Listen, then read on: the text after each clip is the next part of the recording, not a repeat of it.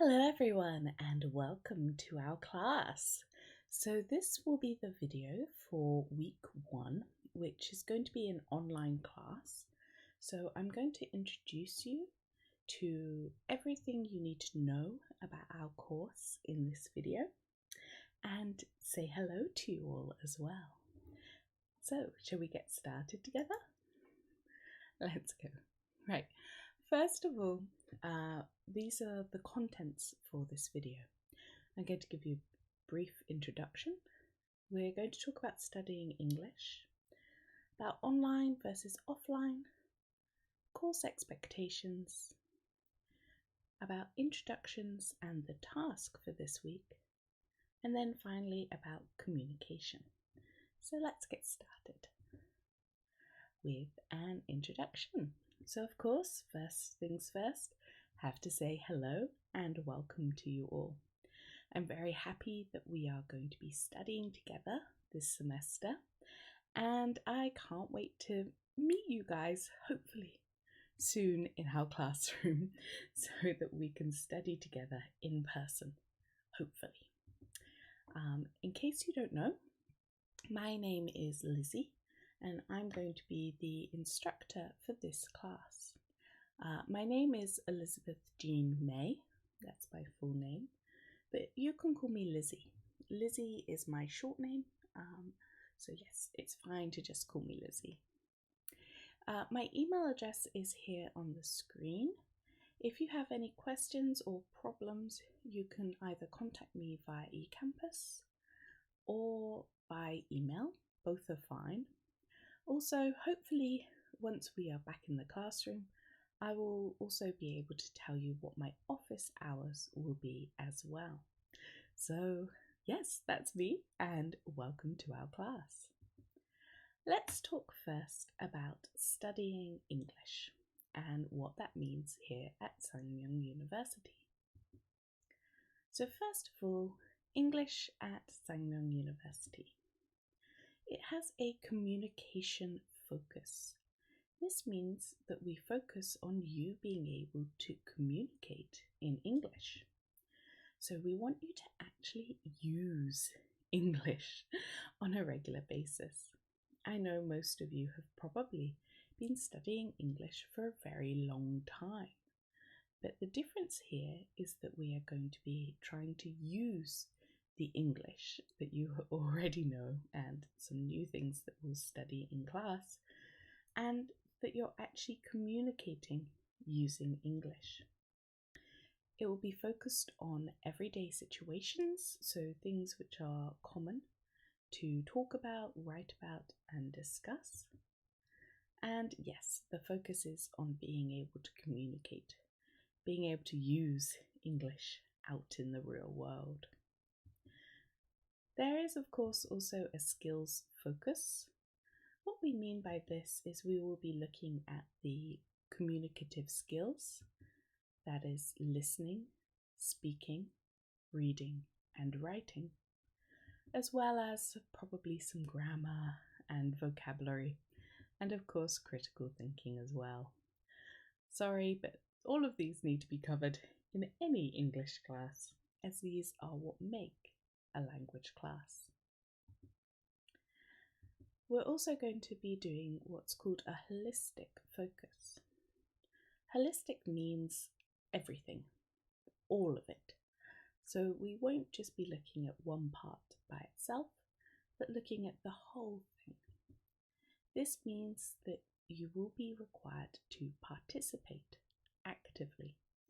Participation means speaking and writing using English during our class time. So making sure that you're using the skills that you have. Also, there will be online elements. Obviously, at the moment, we are studying exclusively online, so we're only taking online classes right now. This will all be done by eCampus.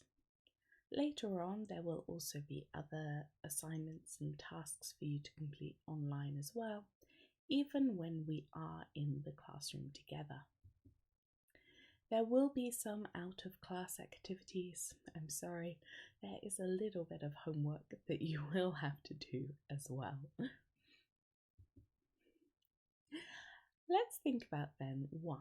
Why should we study English?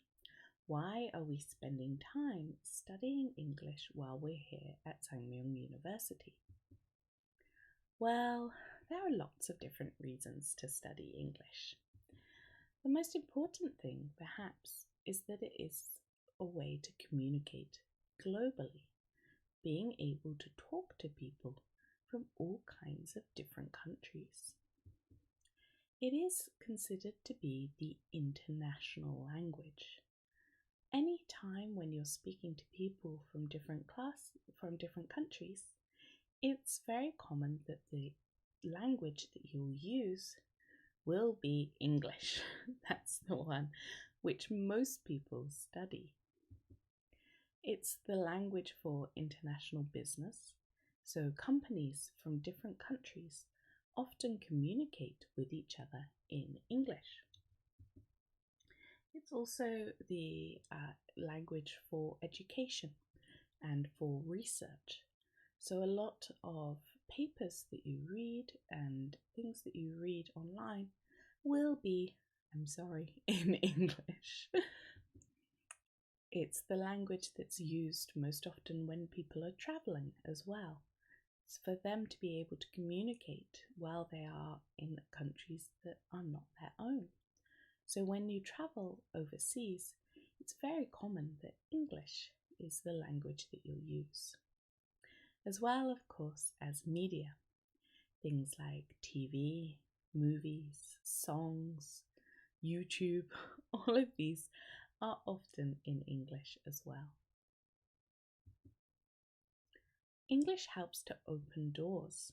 It gives you opportunities that perhaps you wouldn't have if you could not speak English. It helps to open the world to you and give you the chance to do things that otherwise you might not be able to do. Let's think about what this actually means. How do we use English already in our everyday lives? I'm sure you're probably thinking that you don't use any English at all in your daily life. Why is this teacher thinking that I'm speaking English every day? Well, I think you might be surprised at how much English you actually use every day. Think about when you're studying. Do you ever use English while you're studying? Maybe you use Google and the information that Google can find, or research papers for your major subjects. You also might take international classes with people from all over the world.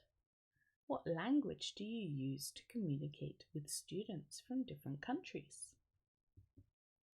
You could also use English at work. I'm sure many of you have part-time jobs, and sometimes you might have to use English at your part-time job. For example, if you work in a cafe, a coffee shop, or any other kind of shop, or maybe a restaurant, you might have people come in from different countries, and then English is probably the language that you will use to communicate with them. In the future, you also might need English to help you get a good job as well. Many companies ask their employees to be able to speak English, so it can help you get a better job as well in the future. Also, you might even use English while you're having fun. Think about when you're traveling. Do you use English when you travel to other countries? Or when you play video games or computer games? Many times these have English in them as well. Movies are often in English if you watch American movies or English movies. YouTube as well. Many YouTube videos are made in English. And you might listen to English language songs as well. You'd be surprised how often English is actually just in the background of your daily life. You may not even be focusing on the language, but I'm sure you're still hearing it. Think about music when you walk into shops or coffee shops. The music you hear will often be in English. English is also used a lot in advertisements or commercials. Products often have English on them as well. And I also see many people wearing t-shirts that have English phrases on them. There's also something called Konglish, which is Korean English. There are lots of words in Korean that are borrowed from English as well. So by understanding English, you can often understand Konglish even better than you already do. So yes, hopefully, if you take a moment to think about it, you might see that you're actually already using English on a very regular basis. What do you think? Do you use English in any of these situations? I'm guessing you probably do. But I know what you're thinking. English is scary. I know, English can be very scary. It can be quite a difficult language to learn and understand. But from my experience, Korean is scary too. Here are some pictures of me and my classmates from my Korean classes. We study Korean because we live here in Korea and it's part of our daily life. But for us, Korean can be quite scary. Languages, all languages, are scary when you don't know how to speak them well. It's very uncomfortable to speak in another language that isn't one that you know well. It makes us feel very nervous and shy about speaking out. It makes us feel very uncomfortable. Our voice and even our personality change when we use different languages. When I speak in English, I feel very confident and I speak in a nice, loud, clear voice. When I speak in Korean, I feel very shy and I become quite quiet. My voice changes and my personality as well. I'm less outgoing. I become much shyer and quieter. We want to be perfect when we speak another language and not make any mistakes. But that's actually impossible. Even when you speak in your home language, I'm sure you make mistakes. I know that when I speak in English, I make mistakes as well. I'm sure you've already heard a couple in this video, even just in the short time we've been talking. How can we improve when languages are scary? How can we make them more comfortable? Well, unfortunately, the answer is to just do it. We have to just try to speak in a foreign language. We have to practice, practice, and practice. And the more practice we have, the more comfortable we will feel when we speak in a different language. So we really just have to try our best. I know many students are aiming to be perfect English speakers. But is this the right thing for us to be doing? Should we be aiming to be perfect? Well, I'm not sure if perfection is a good idea. In my opinion, I don't think that perfect actually exists. So why should we aim to be a perfect English speaker if perfection is not even possible? Also, for this class, we only have 15 weeks, which is not a long time to learn a language.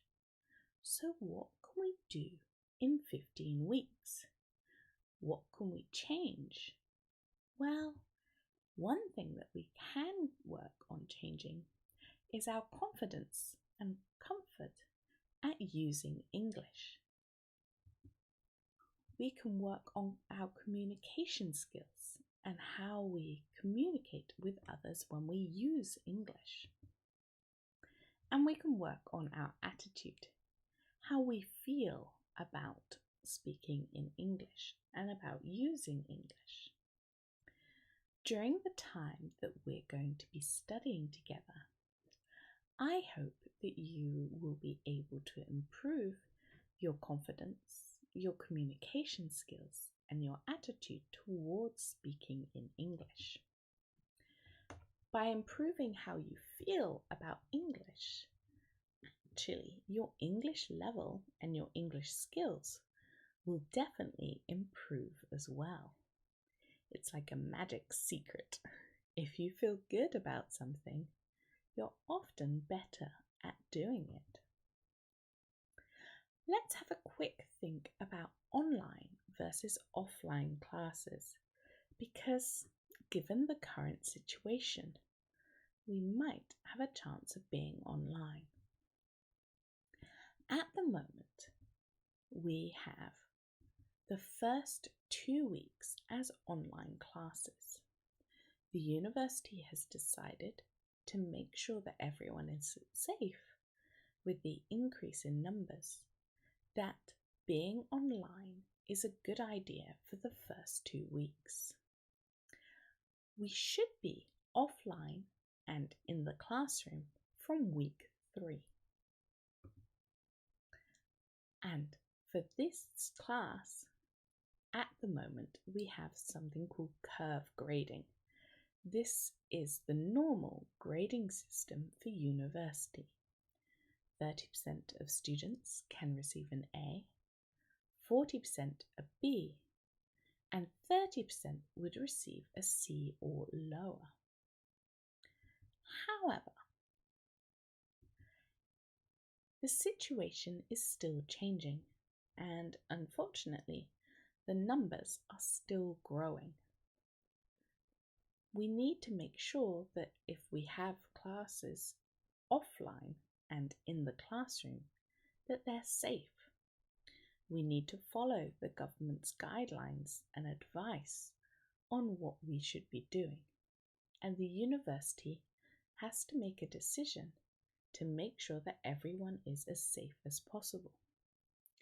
Although we all would prefer to be back in the classroom, we can only meet in person when it's safe to do so. So there's a chance that the situation might change. What can we do? Well, the thing that we have to do is we have to plan for both online and offline classes. We don't know for sure when we will be back in the classroom, so I have made a plan for both online and offline classes. Hopefully, we will be back in the classroom very, very soon.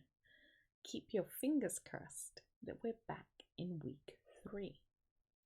However, this could change. So I have made a plan in case we will be online for longer. We do need to keep communicating and talking to each other about the situation to make sure that everyone knows what is happening and how we will be studying together. And of course, we have to try our best.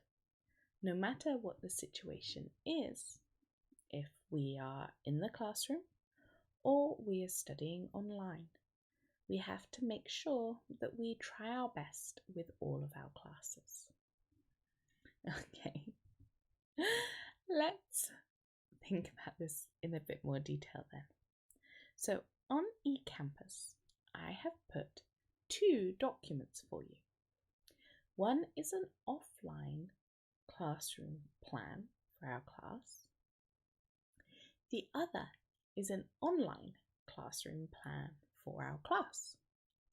So you can look at both plans and see how they're different and how they're the same. They are pretty much the same, just some things will be online, some things will be offline, depending on if we can meet in person or not. So I'm sorry, I can't predict 100% what will happen, but I promise to try my best to make sure you get the best experience during this course that you can. Let's think then about course expectations. So we are going to be studying together. As I said, I put the plan for both online and offline classes available for you on eCampus. This is known as the course syllabus. A course syllabus gives information about a course. It tells us what will happen. 2 versions are available. One is online and one is the classroom version. So we have 2 different plans depending on what happens. Both are available for you now on eCampus. Please read them both. Make sure you understand both of the plans. What's going to happen when we're online and what will happen when we're offline as well. If you have any questions or problems, please email or message me on eCampus, and I will do my best to answer any issue or question that you have. Please try and make sure this is done in the first week so that we can fix any questions or any problems as quickly as possible. So, classroom online guidelines. Guidelines help give us structure to a class and explain what should happen for a class to be successful. Guidelines are kind of like rules, but a rule is very strong, like no smoking in the classroom, you must come to class. These are rules. Guidelines are a little bit softer. They're not as strong. I have put the guidelines inside the classroom plans for you, so you can read the guidelines for our class.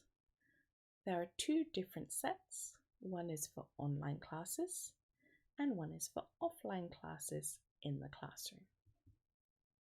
Please make sure that you read them and you understand what I expect to happen in the classroom. If you have any questions or problems with these, then of course please send me an email or a message on eCampus and I will do my best to answer for you. We're going to go through then the general expectations. What can you expect in general from the course? So, a class is a community. It's a group of people who are working together with the same task in mind. We have a shared goal to achieve. So we're a community. We're a group of people who should help and support each other. As a group, we should think about how we treat each other. And we should make sure that we're always nice and kind to each other. This brings us to our golden rule. The golden rule for the class is to treat others how you would like to be treated. It's important that everyone feels welcome and accepted to our classroom. Shall I give you some examples about what I mean? Sorry, I've been talking too long already. Okay. So, what are some ways that we can treat each other with kindness and with respect? Well, for example, if you're meeting your friends, you will make sure that you're on time, right? When your friend is late to meet you, how does it make you feel? Probably makes you feel unhappy or angry. And the same is true for class. If you're late, it can make other students feel uncomfortable and angry because the class gets interrupted. Similarly, if you're with a friend and they're always using their cell phone around you, it can be quite frustrating and make you unhappy as well. So please try not to use your cell phone too much during class. Another thing is, how do you feel when someone else teases you about something? For example, I'm not very good at speaking in Korean. I said already that I take Korean classes, but if I'm honest, I'm not very good. I feel very uncomfortable when I speak in Korean, and if my classmates were unkind to me, it would make me very unhappy and sad. So please make sure that when someone is speaking and using English, that you treat them with respect and kindness. Everyone deserves respect within the classroom. So make sure that everyone feels welcome and part of our community. Discrimination will not be tolerated. This means there should be no racist, sexist, anti-religion, anything like this. Anything that makes someone feel like they don't belong to our class is not good. So please make sure that everyone gets treated with the same respect in class. Some key ideas for you to think about with regards to our classroom community. We are here to help each other, so please make sure that you do. If your classmate needs some help, then please feel free to help them. The same, if you need help, please make sure to ask for it, and everyone will do their best to help you, especially me. If you have any questions, any concerns, problems, or even if you're just curious about something, like, I wonder what this is, feel free to ask and share them with us, and I'll do my best to answer.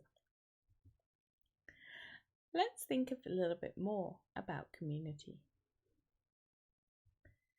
When you're in the classroom or when you're online, please make sure that you're using English. It is an English classroom, so it's best for us to use English as much as possible. There may be some students in our class that come from different countries, and if there are people from lots of different countries, maybe they will feel left out if you're speaking in your own language. So try to make sure everyone is included and we're really focusing on using English. Also, cell phones. Please only use cell phones for classwork. There are some great apps that can really help you with your studies, but those apps are not Facebook or Instagram or Snapchat or any of these things. So please focus on classwork while you're studying. When you're in class, please avoid wearing hats and hoods as well. Already, I think we will all be wearing masks when we return to the classroom. It's the new normal for 2020 to be wearing masks, so please avoid anything else that covers even more of your face. It will be quite difficult for us to communicate already with half of our face blocked.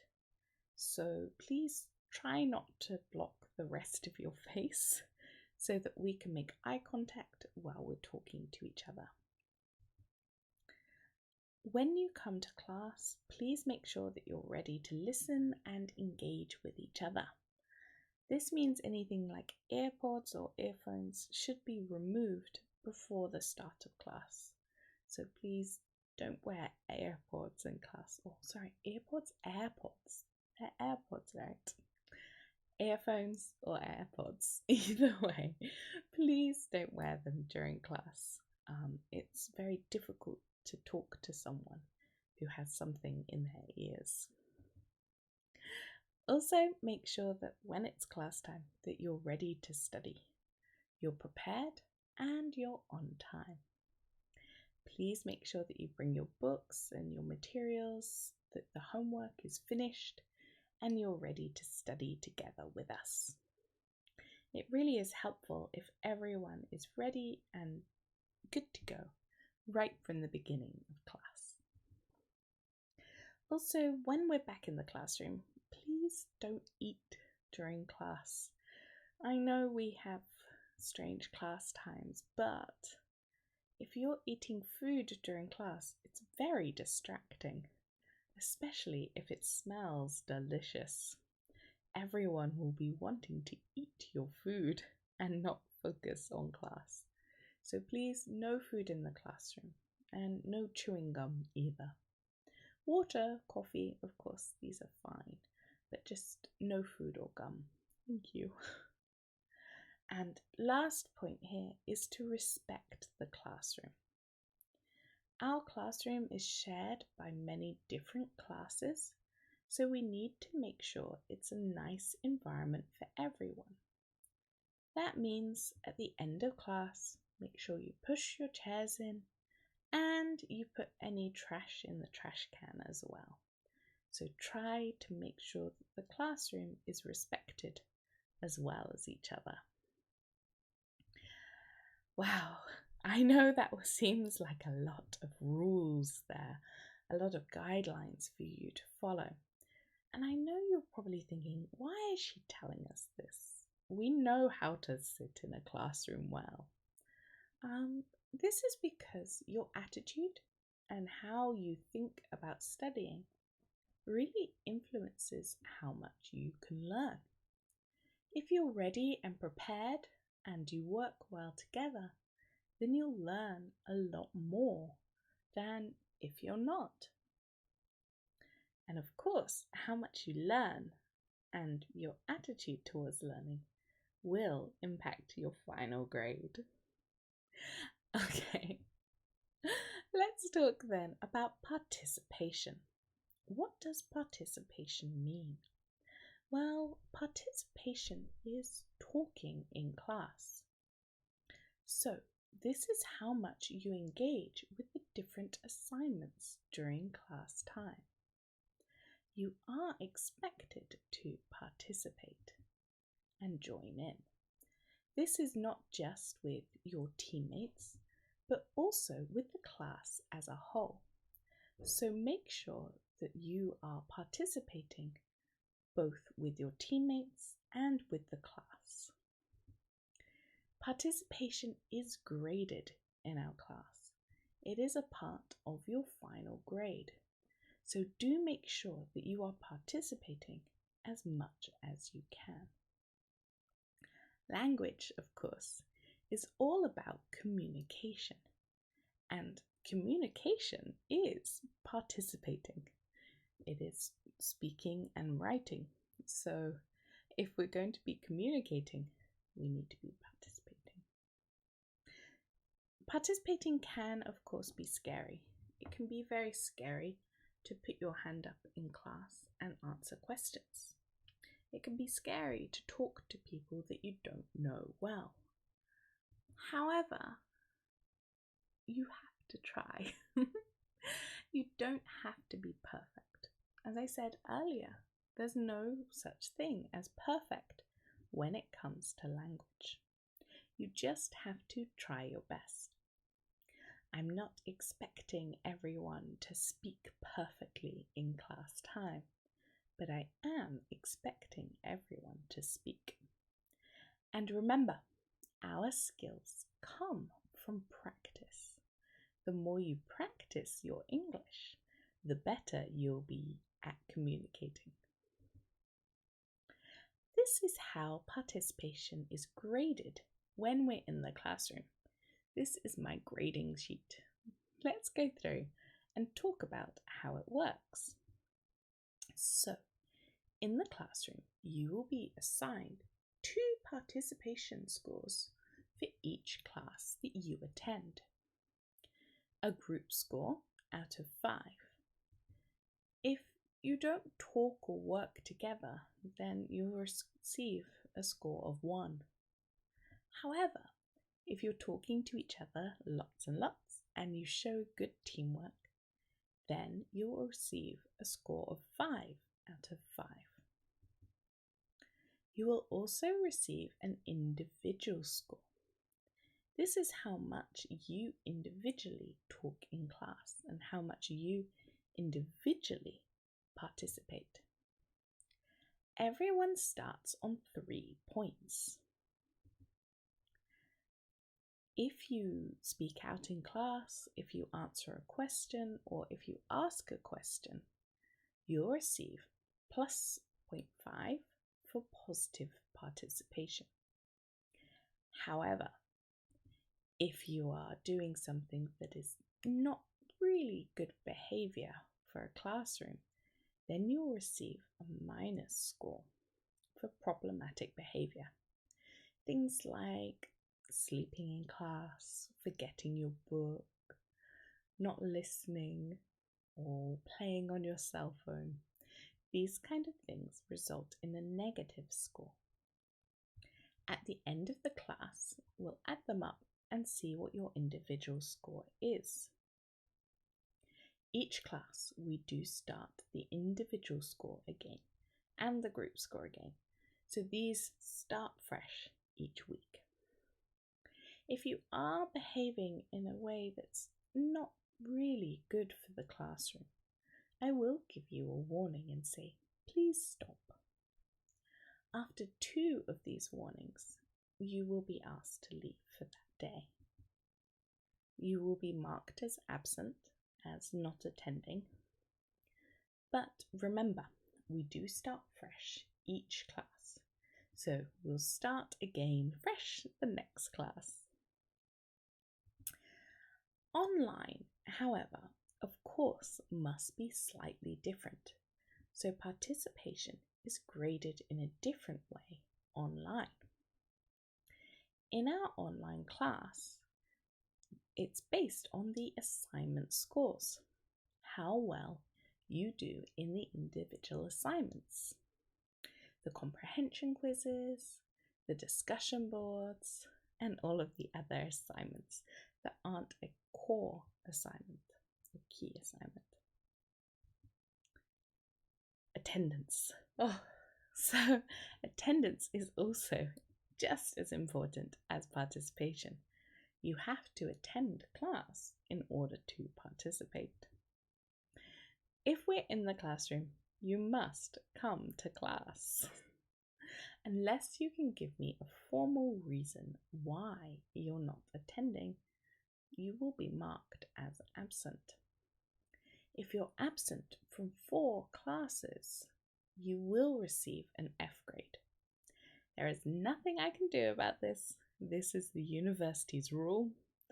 I can't change it, so I'm sorry, but please make sure you come to class. Online classes, you must complete all of the videos and assignments on time. So you must watch all of the videos the whole way through, and you must complete any quizzes or assignments before the time finishes. There are no excused absences for online classes. You just have to do them.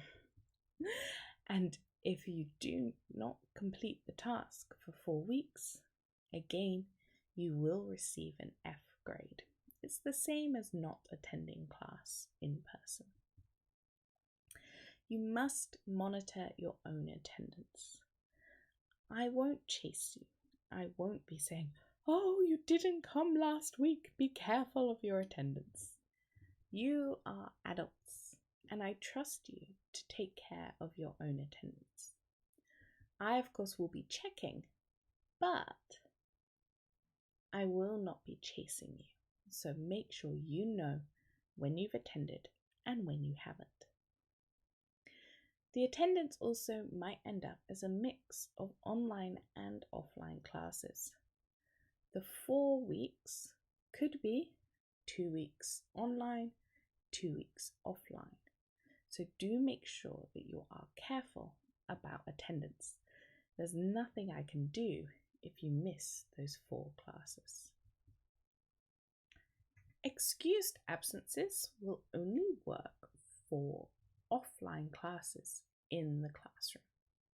So an excused absence is when you can't come to class for a formal reason. Maybe you're sick, or you have to go to the military, or there's a school event or a work event. Any of these, which are formal reasons for not coming to class, can be excused. But you must be able to show evidence of why you didn't come to class. You must make your excuses on the online system so that I can check them and we can pass them online. Come and show me at break time of the next class that shows me your absence. You must have the evidence and you must have the appeal on the online system, and I will approve it on my side of the attendance system. So please make sure you have everything ready to go. Punctuality. Oh my. It's important to be on time, especially for our offline classes. Well, for all classes, it's important to be on time. So make sure you arrive on time to class. Be ready to begin with all of your books and materials ready to go. If you're late, well, for the first 5 minutes, please just log your attendance as usual. If you're more than 5 minutes late and less than 30 minutes, please come to me so that I can log your attendance at the front of the class. You will be marked as late. However, if you're more than 30 minutes late, you will be marked as absent for the day. So for both classes of the day, you will be marked as absent. If you're late 3 times, that does count the same as 1 absent. So do be careful of your timekeeping. For the exams and assessments, I won't go into detail in this video. It's already way too long. So all the information for exams and assessments will be made available for you on eCampus. As the situation changes, there may, of course, be small changes. Exams and assessments will remain basically the same. However, it might change if they are in person or if they are online, if they're distance or digital. So it just depends on if we can meet or if we can't. Any changes, I will keep you as up to date as possible. Make sure you read the syllabi carefully, as all the details about our exams and assessments are inside the syllabi. If you have any questions, of course, send me a message on eCampus or email me, and I will do my best to answer those as quickly as possible for you. All exams and assessments must be completed. You must finish all of the coursework in order to pass the course. If you miss an exam or you miss a major assessment, you will fail the course. I'm sorry. You will receive an F grade, so please make sure you complete everything. Right, we've already been talking for a very long time, so I'm going to try and quickly finish this video. And we've got 2 more sections to talk about. So let's talk now about introductions and the task for this week's class. So obviously we're starting a new course together and we're meeting new people, which as an adult can be quite difficult. When you're an adult, it can be difficult to make new friends. Compared to when we were younger, it tended to be a little bit easier. Especially, it can be difficult to meet new people online. It's not the most comfortable way to make new friends. So what can we do? What are some good ways that we can, and good things to talk about when we first meet someone? Let's think about what we can talk about when we're just getting to know each other. So, some topics that we might want to talk about when we meet someone new include their name. It's very important to know someone's name. Age, well, this one's a little bit complicated. In Korea, it's very common to share how old you are when you first meet.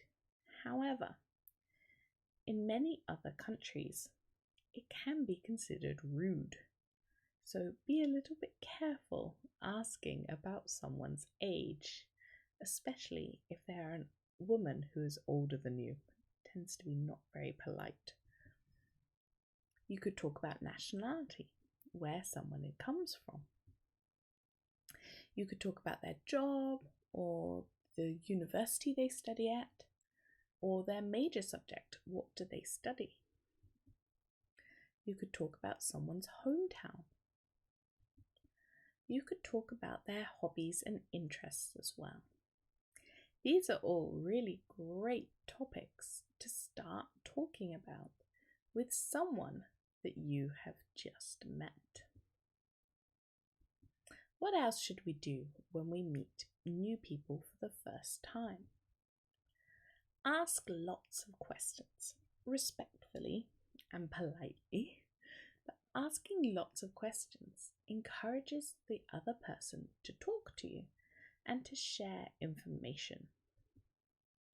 Make sure that you're using polite language when you first meet someone.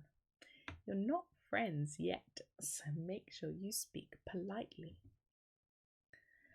Avoid any topics that might be too sensitive or personal. If you don't know someone well, it's not a good idea to talk about very personal topics. Things like politics, religion, money, or family or love life can be very personal, so try to avoid talking about those with someone you've only just met.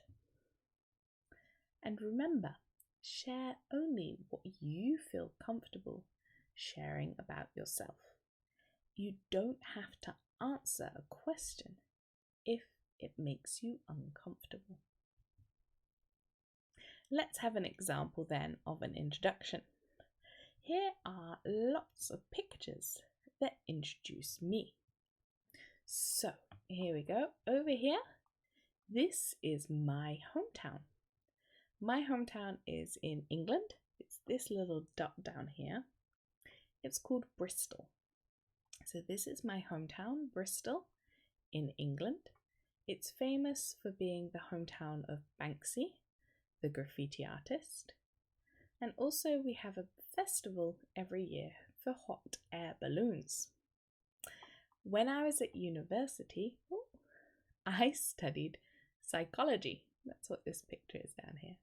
I studied psychology, and now I am a teacher I teach English and I also teach education as well. I am married. This is a picture of my wedding day. I'm married. My husband is Korean. And this is my family. I have a mom, a dad, an older sister, and this here is my baby niece. I also have a dog. Sometimes if we're having video classes, you might hear her in the background because she sits behind me. So sometimes you might hear her or even see her. Her name is Yami. This is Yami. I love to travel and I love to have exciting adventures with my friends. I like to dance and visit new restaurants and cafes with my friends as well. I really love cake, so yes. And I also like to change my hair color a lot. So if my hair color magically changes, that's why. So that's a brief introduction to me. Now, of course, it's going to be your turn to introduce yourselves. We're going to have a discussion board to introduce ourselves to each other. We are going to write them on the discussion board on eCampus. It's going to be an introductions discussion board. Please tell us who you are. Your name, your major, your hometown. Tell us what you enjoy, your hobbies and your interests. And also tell us about how you currently use English in your daily life. Make sure after you put your post up that you read other students' comments and get to know each other better. Reply to at least 2 other students. Try to make sure that you make a comment and ask a question when you reply to each other. Read the replies to your own comment and respond to them. So this is the task that we are going to do this week. Please make sure that you remember to post, read, reply, and respond. So you've got 5 stages to do. So please make sure you go through and do all of this on the discussion board on eCampus. It will be open for 2 weeks for you. Last point for this video, because it is getting very long, is about communication. Please, please, please communicate.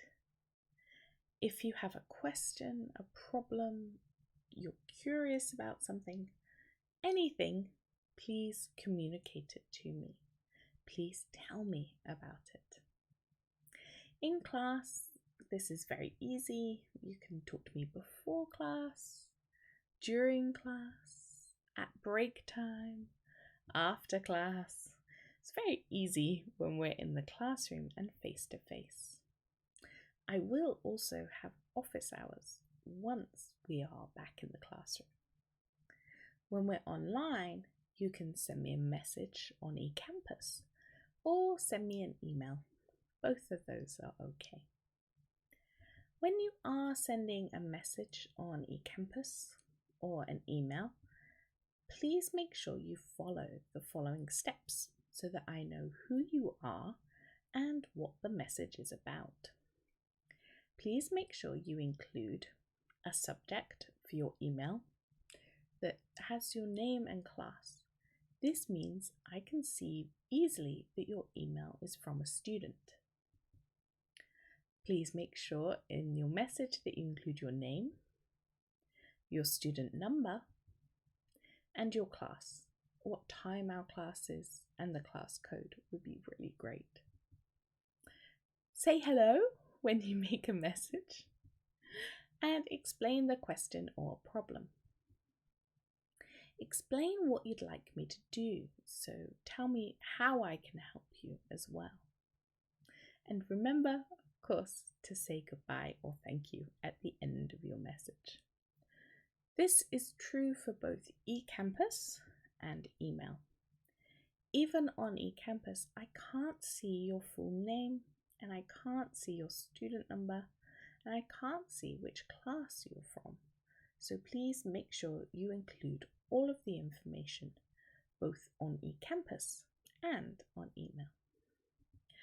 Alright, that is it for this very long video. I'm sorry, I will try to break future videos into smaller parts for you. This is much too long to listen. If you have any questions after this video, please send me a message on eCampus or an email and I'll get back to you soon. Remember, we are online next week as well. Don't forget to answer all of the discussion board, and I will look forward to seeing you, hopefully very soon. Goodbye for now.